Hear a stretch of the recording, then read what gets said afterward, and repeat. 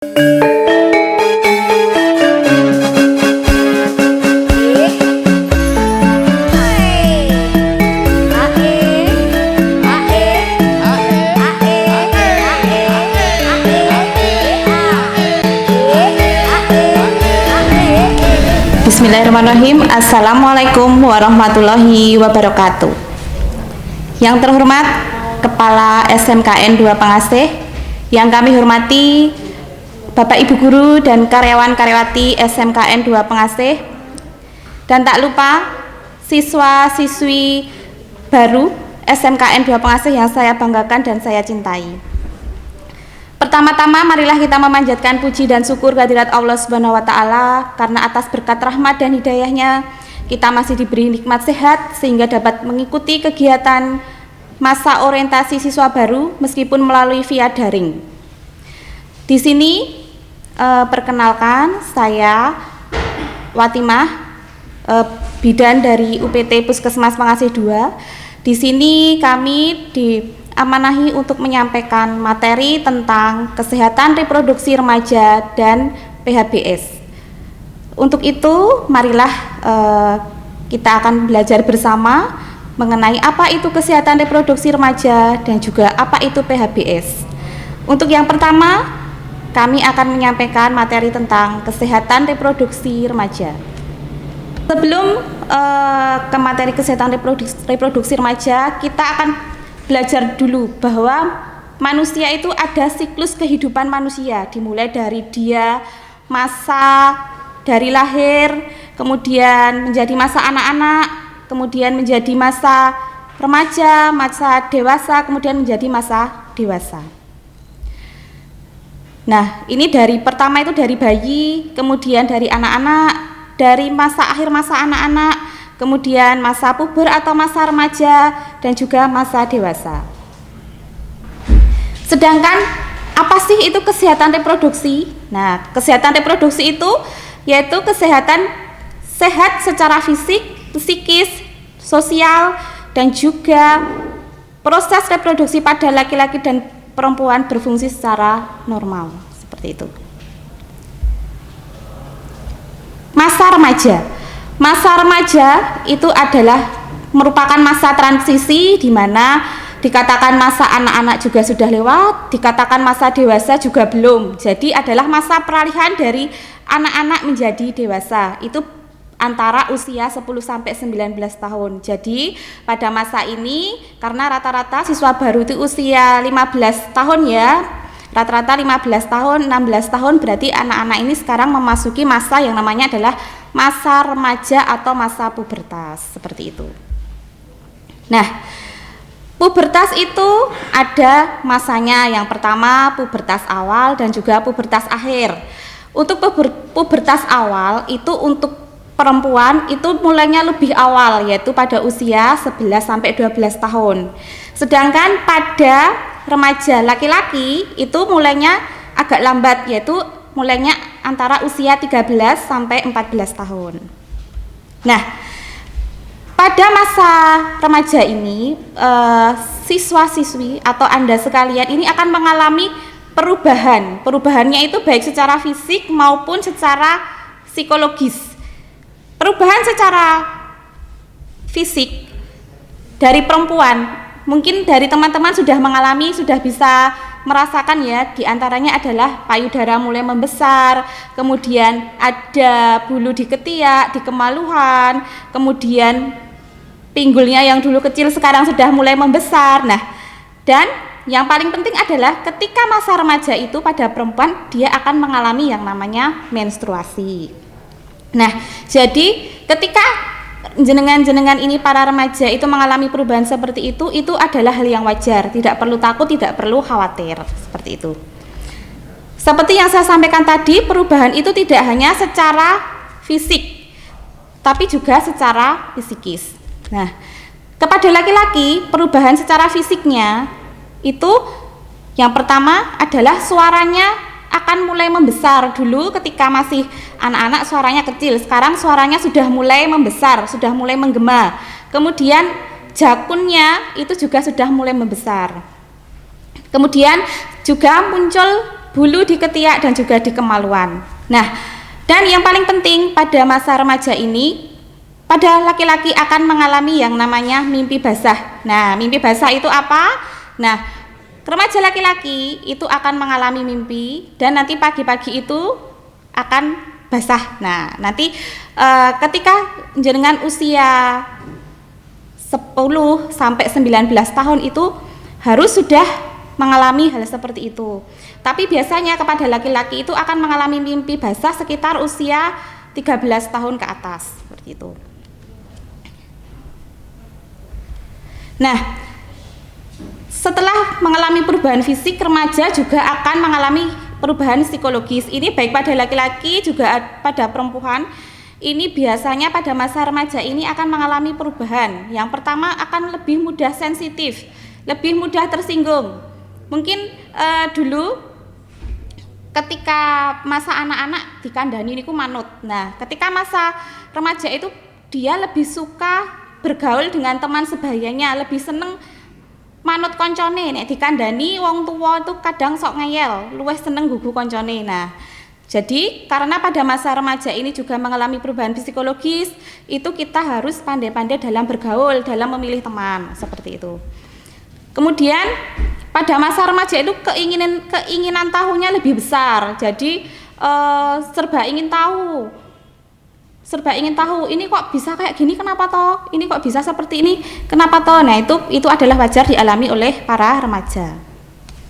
Nah, semua perubahan itu, dari perubahan fisik, dari perubahan psikologis, ini kenapa bisa terjadi? Kenapa kok jenengan bisa menstruasi? Kenapa kok yang laki-laki bisa mimpi basah? Itu karena adanya hormon. Jadi laki-laki dan perempuan itu mempunyai hormon. Hormon pada laki-laki itu adalah namanya hormon testosteron. Kemudian hormon pada perempuan adalah hormon estrogen dan progesteron. Nah, kemudian bagaimana sih kita cara merawat organ reproduksi kita? Nah, ini terutama kepada perempuan ya, karena perempuan itu organ reproduksinya ada di dalam. Kalau laki-laki kan organ reproduksinya ada di luar nggih, bisa diamati sendiri-sendiri nggih. Jadi kita itu selain menjaga kesehatan badan kita, juga penting sekali yang namanya menjaga kesehatan reproduksi. Di antaranya harus sering mengganti pakaian dalam. Kemudian memakai pakaian dalam yang berbahan menyerap keringat. Kemudian memakai handuk yang bersih dan kering dan tidak lembab dan tidak berbau. Jadi ketika habis buang air besar, buang air kecil, biasakan untuk mengelap dan membersihkan sampai kering. Kemudian yang khusus untuk perempuan, sehabis buang air kecil harus benar cara untuk membersihkannya. Kemudian ketika sedang menstruasi juga harus sering dengan mengganti pembalut. Paling lama penggunaan pembalut adalah 4 jam sekali. Kemudian untuk remaja laki-laki, saya rasa ini semua remaja laki-laki di sini sudah disunat nggih. Jadi memang benar nggih, kenapa laki-laki itu harus disunat, karena untuk mencegah infeksi pada organ reproduksi. Kemudian juga biasakan, meskipun laki-laki itu kadang ada beberapa yang suka buang air kecil sembarangan, biasakan untuk buang air kecil itu di tempat yang semestinya dan dibersihkan dengan benar. Nah, karena remaja itu ketika seorang laki-laki sudah mimpi basah, seorang perempuan itu sudah menstruasi, berarti organ reproduksinya itu sudah mulai bekerja. Jadi ketika seorang laki-laki dan perempuan itu sudah mengalami hal itu, ketika mereka itu melakukan hubungan seksual, maka akan terjadi yang namanya resiko kehamilan. Meskipun melakukannya hanya 1 kali, itu bisa terjadi yang namanya resiko kehamilan. Makanya sebagai remaja adalah jangan melakukan hubungan seks pranikah, karena yang namanya seks pranikah itu dampaknya itu tidak hanya sekarang tetapi juga berdampak bagi masa depan adik-adik. Tidak hanya dari segi ekonomi, tidak juga dari segi kesehatan, banyak sekali aspek-aspek yang berpengaruh ketika terjadi hubungan seks pranikah. Nah, ini adalah salah satu dampak dari perilaku kesehatan reproduksi yang tidak bertanggung jawab. Yang pertama adalah KTD. KTD itu apa? KTD adalah kehamilan yang tidak diinginkan. Ketika kehamilan itu tidak diinginkan, berarti kan secara organ reproduksi adik-adik belum siap, secara mental ekonomi belum siap. Ketika adik-adik di rumah saja misalnya sama orang tua disuruh mengasuh adiknya, lebih seneng mengasuh adiknya atau bermain. Saya rasa adik-adik lebih suka bermain ya daripada mengasuh adiknya. Mengasuh adiknya aja kadang nggak mau, apalagi mengasuh anak sendiri. Saya rasa belum siap nggih kalau untuk mengasuh anak. Kemudian dampak perilaku seks pranikah yang kedua diantaranya adalah akan beberapa itu melakukan aborsi. Nah, aborsi itu juga berdampak risiko, bahkan bisa berisiko ke kematian. Kemudian dampak yang ketiga adalah IMS. IMS itu adalah infeksi menular seksual atau istilah orang awam adalah penyakit menular seksual. Nah, ini ya, KTD adalah kehamilan yang tidak diinginkan. Dampaknya secara fisik, karena secara organ belum siap, itu juga akan berpengaruh. Ketika jenengan mendengar saat ini itu banyak sekali wanita-wanita yang mendengar kanker serviks, itu salah satu penyebabnya adalah hubungan seksual sebelum usia 20 tahun. Kenapa? Karena pada usia kurang 20 tahun itu organnya belum matang. Organ belum matang, kalau organnya belum matang tapi dia sudah melakukan hubungan seksual, itu akan menimbulkan adanya sel-sel abnormal yang akan tumbuh di beberapa tahun kemudian, seperti itu. Kemudian dampak psikologis jelas dari kehamilan tidak diinginkan ini, tidak siap mengasuh dan mendidik anak. Kemudian secara sosial ekonomi juga belum siap untuk mencukupi kebutuhan berumah tangga. Sekarang itu kalau orang punya anak itu kebutuhannya tidak cuma ngasih makan, ngasih minum, tapi yang kebutuhan mahal adalah kebutuhan mendidik, kebutuhan pendidikan, kebutuhan sekolah. Adik-adik saya rasa masuk ke sekolah ini juga membutuhkan biaya, nggih, orang tua juga perlu menabung, menyisihkan untuk biar anaknya bisa sekolah. Kemudian ini tadi aborsi. Aborsi ini adalah ada yang berakhirnya kehamilan sebelum 20 minggu. Nah, ini ada yang secara spontan atau menggugurkan dengan sengaja. Nah, ini informasi mengenai aborsi tidak dimaksudkan untuk mempromosikan pelayanan aborsi, tetapi agar remaja mengerti bahaya dan tindakan dari aborsi.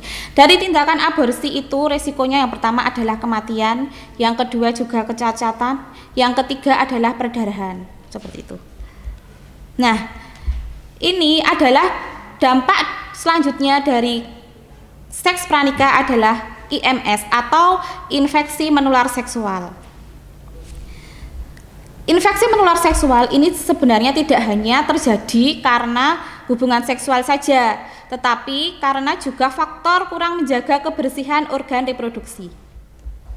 Nah, ini saya contohkan beberapa gambar penyakit menular seksual pada laki-laki dan perempuan. Di antaranya ada sifilis, ada gonore, ada herpes, atau yang istilah orang awam adalah penyakit raja singa. Itu adalah salah satu contoh penyakit menular seksual. Nah, ketika seorang laki-laki ketika pipisnya atau buang air kecilnya kok disertai dengan nanah, dengan darah, itu kemungkinan dia terkena yang namanya infeksi menular seksual.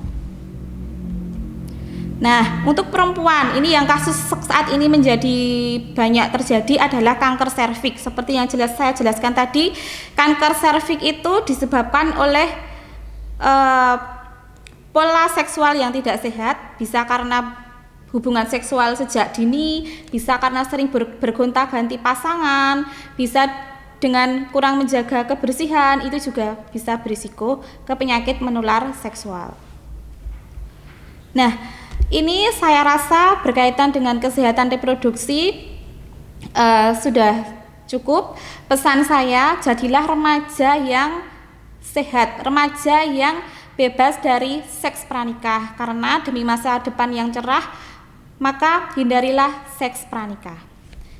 Untuk selanjutnya saya akan menyampaikan tentang perilaku hidup bersih dan sehat di sekolah, atau yang sering disingkat adalah PHBS.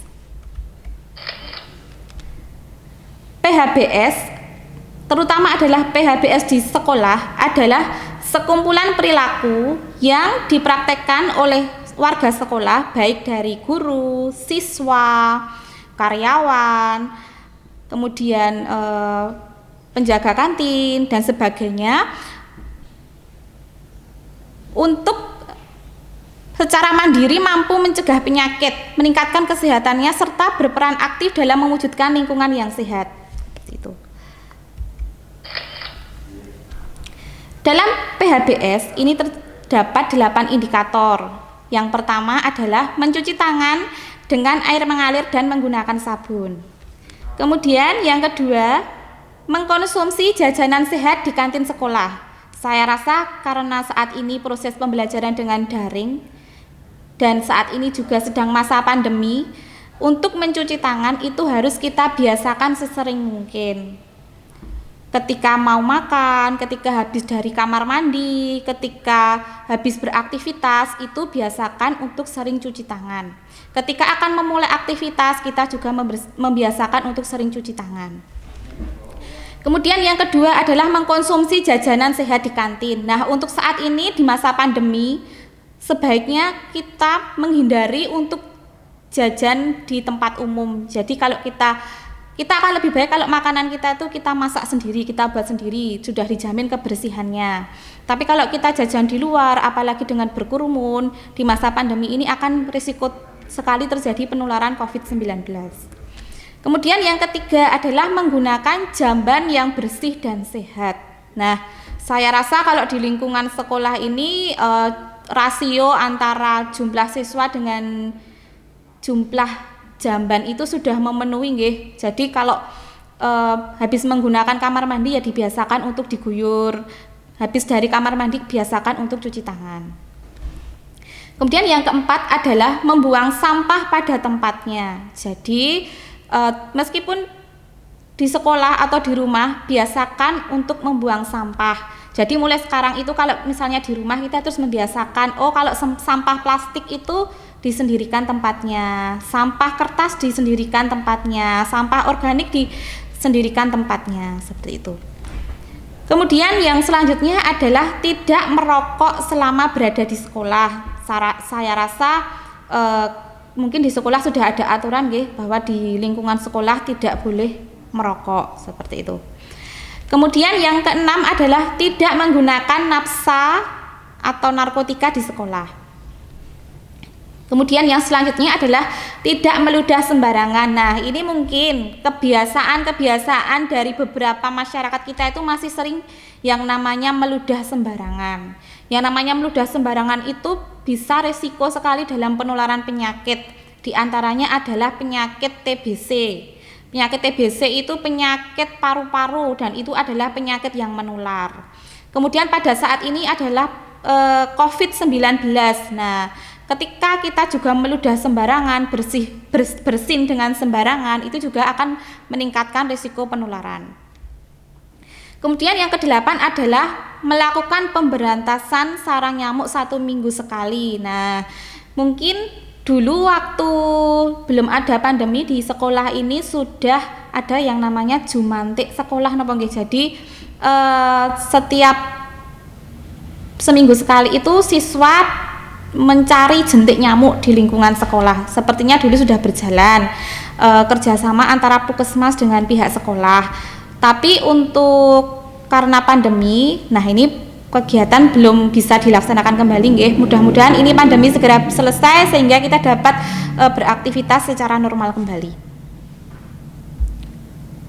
Nah, ini akan saya jelaskan satu persatu. Yang pertama adalah cuci tangan pakai sabun atau yang disingkat dengan CTPS. Nah, sebenarnya cuci tangan itu kalau sudah kita biasakan dengan tepat dan benar, itu akan menjadi kebiasaan dan akan terasa ringan dilakukan. Nah, mengapa kita harus cuci tangan? Nah, salah satu upaya untuk mencegah penyakit itu adalah dengan cuci tangan, karena beberapa penyakit itu bisa ditularkan melalui kita itu tidak sering cuci tangan. Salah satu yang sepele saja diare. Nah, ketika kita mau makan tidak cuci tangan, nanti bisa risiko terjadi diare. Itu contoh yang ringan saja nggih. Kalau sekarang contoh yang real itu ya COVID itu, kita tidak sering cuci tangan, bisa risiko tertular COVID-19. Kemudian tangan yang bersentuhan langsung dengan kotoran manusia dan binatang atau cairan tubuh lain, jika tidak dicuci dengan sabun itu juga bisa meningkatkan risiko. Apalagi yang suka hobi memelihara binatang, ketika habis menyentuh binatang itu biasakan untuk langsung cuci tangan, karena seperti penyakit tokso, penyakit rubella, tokso itu penularannya bisa melalui binatang seperti itu. Kemudian untuk selanjutnya, nah,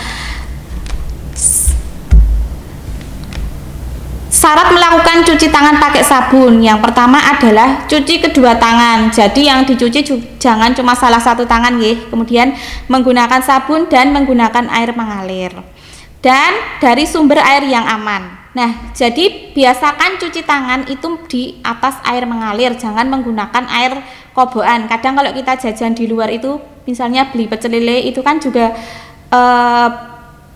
cuci tangannya cuma disuruh pakai kobokan. Nah, itu sebenarnya tidak tepat nggih. Cuci tangan itu harus menggunakan sabun dan pada air yang mengalir. Untuk sabun mencuci tangan itu semua jenis sabun bisa digunakan untuk mencuci tangan.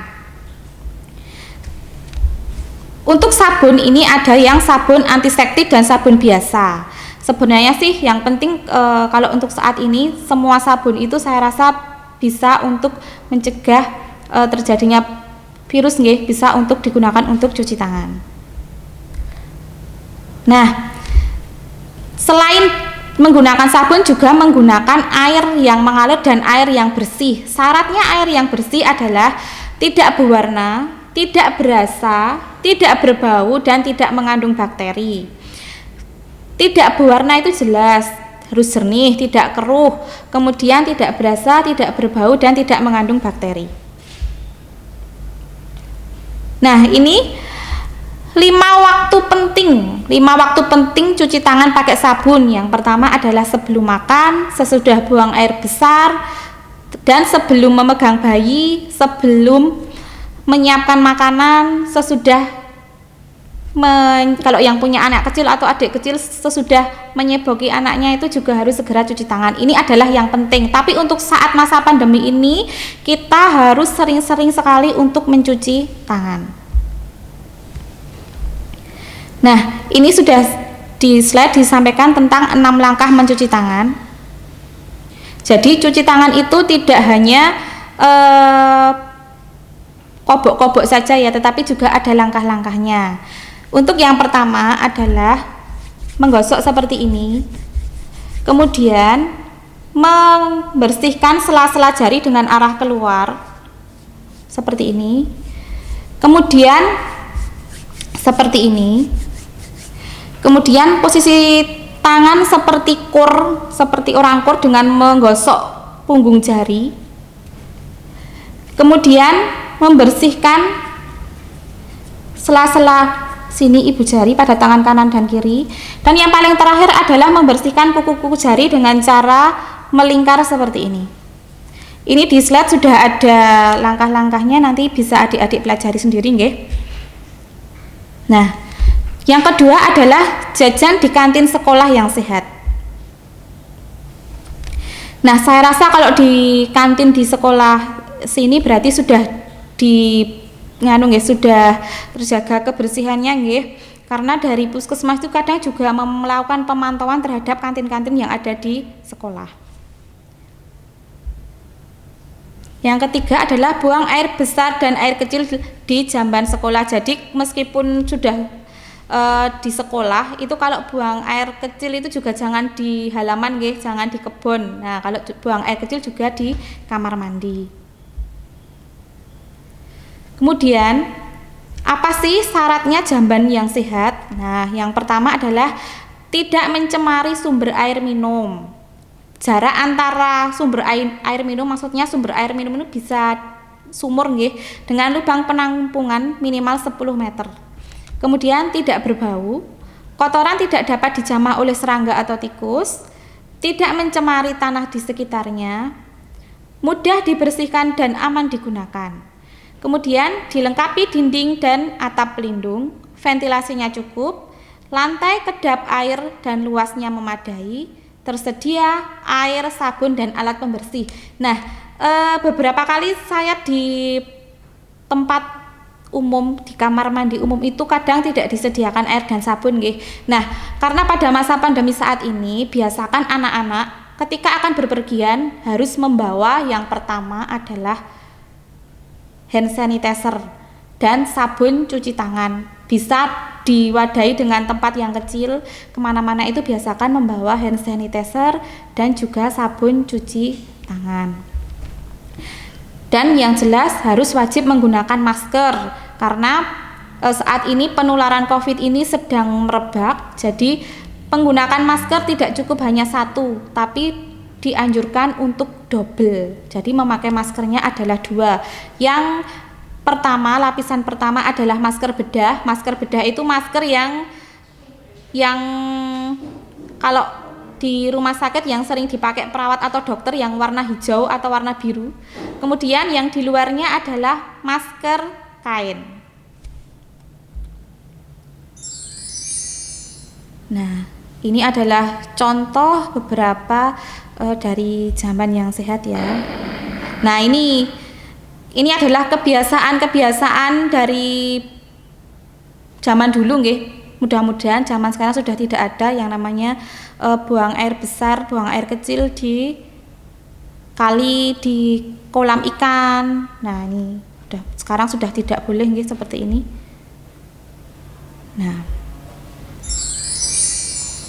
Nah, ini juga kamar mandi atau jamban ini dibersihkan secara rutin. Kemudian yang keempat adalah membuang sampah pada tempatnya. Nah, kadang itu kalau di lingkungan sekolah itu dulu sudah disediakan tempat sampah oleh pihak sekolah, tapi kadang siswa itu juga masih sering buang sampah sembarangan. Nah, untuk membuang sampah ini dibiasakan di rumah juga untuk membuang sampah pada tempatnya. Nah, ini yang kelima adalah yang sangat penting, bebaskan dirimu dari asap rokok. Jadi remaja janganlah untuk merokok. Nah, kenapa sih kok kita tidak boleh merokok? Kira-kira kenapa? Nah, ini jangan bisa mengamati bahwa di dalam tubuh seorang perokok ini akan terjadi seperti ini. Tidak hanya satu organ saja yang mendapat dampak dari asap rokok, tapi seluruh organ, bahkan dari rambut sampai ujung kaki ini akan berdampak jika kita sering konsumsi rokok. Nah, ini dia. Ini adalah contoh dari paru-paru perokok. Paru-paru perokok seperti ini. Bahkan kadang paru-parunya ada yang sudah sampai membusuk. Nah, perlu adik-adik ketahui beberapa orang yang terpapar COVID-19, dia dengan riwayat perokok berat, itu kalau di rongsen itu paru-parunya itu akan terlihat putih semua. Jadi seorang perokok berat jika dia terpapar COVID ini akan lebih berisiko. Nah, kalau kita mau keren, harus keren tanpa merokok. Yang keenam adalah tidak menggunakan napsa. Nah, biasanya masa remaja ini masa yang ingin coba-coba. Ketika ada yang nawari rapopo, jajal sepisan wae, wong gratis kok, itu jenengan jangan mau kalau ada tawaran seperti itu. Awalnya adalah disuruh mencoba, lama-lama nanti anak-anak disuruh membeli sendiri. Nah, kemudian yang ketujuh adalah tidak meludah sembarangan. Nah, seperti yang saya sampaikan tadi, bahaya meludah sembarangan adalah ketika orang yang meludah itu mempunyai virus atau bakteri berbahaya, jika nanti itu terhirup oleh orang lain, itu akan bisa menyebabkan tertular. Terutama pada saat masa pandemi seperti ini, COVID itu juga bisa menularkan karena kebiasaan meludah sembarangan. Kemudian yang kedelapan adalah memberantas jentik nyamuk di sekolah secara rutin.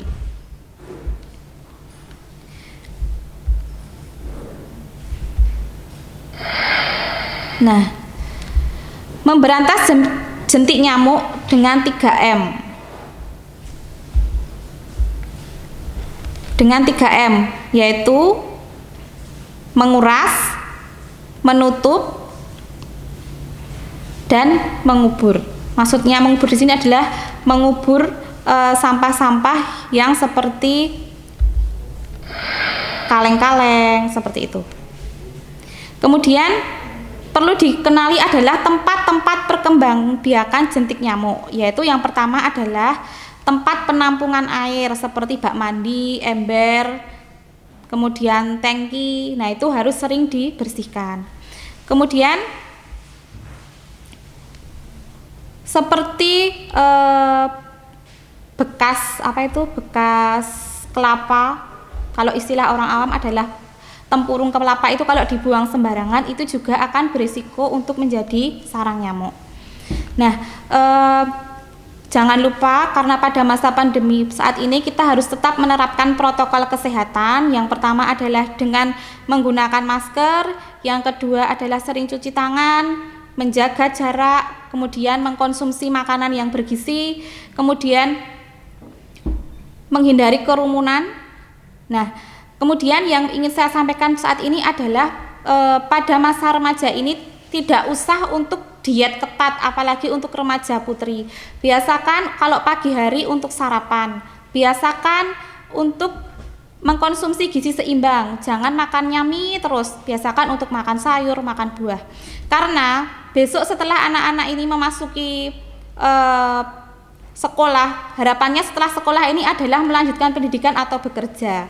Ketika jenengan ini memasuki dunia kerja, sepintar apapun, tapi kalau dari segi fisik, dari segi jasmani itu tidak sehat, maka tidak akan keterima kerja. Pengalaman dari beberapa lowongan pekerjaan itu, kebetulan suami saya itu alumni dari SMK 2 Pengasih, bekerja di PT TIS. Itu ketika mewawancarai calon tenaga itu secara teori dia itu pintar, tapi kelemahannya adalah pada bagian medikal. Nah, pada bagian medikal ini karena apa? Karena kebiasaan dari masa remajanya itu, yang pertama adalah merokok, yang kedua adalah tidak menjaga pola makan. Masih usia muda itu mereka sudah kolesterolnya tinggi, sudah gulanya tinggi. Nah, mulai dari sekarang adalah biasakan dengan gizi seimbang dan juga dengan aktivitas fisik seperti olahraga. Ketika nanti akan memasuki dunia kerja, itu nanti secara kesehatan itu akan aman, akan lolos. Meskipun pinter, tapi kalau tidak sehat nanti tidak bisa memasuki dunia kerja. Dari saya cukupkan sekian. Apabila ada yang kurang berkenan saya mohon maaf. Kula akhiri. Wassalamualaikum warahmatullahi wabarakatuh.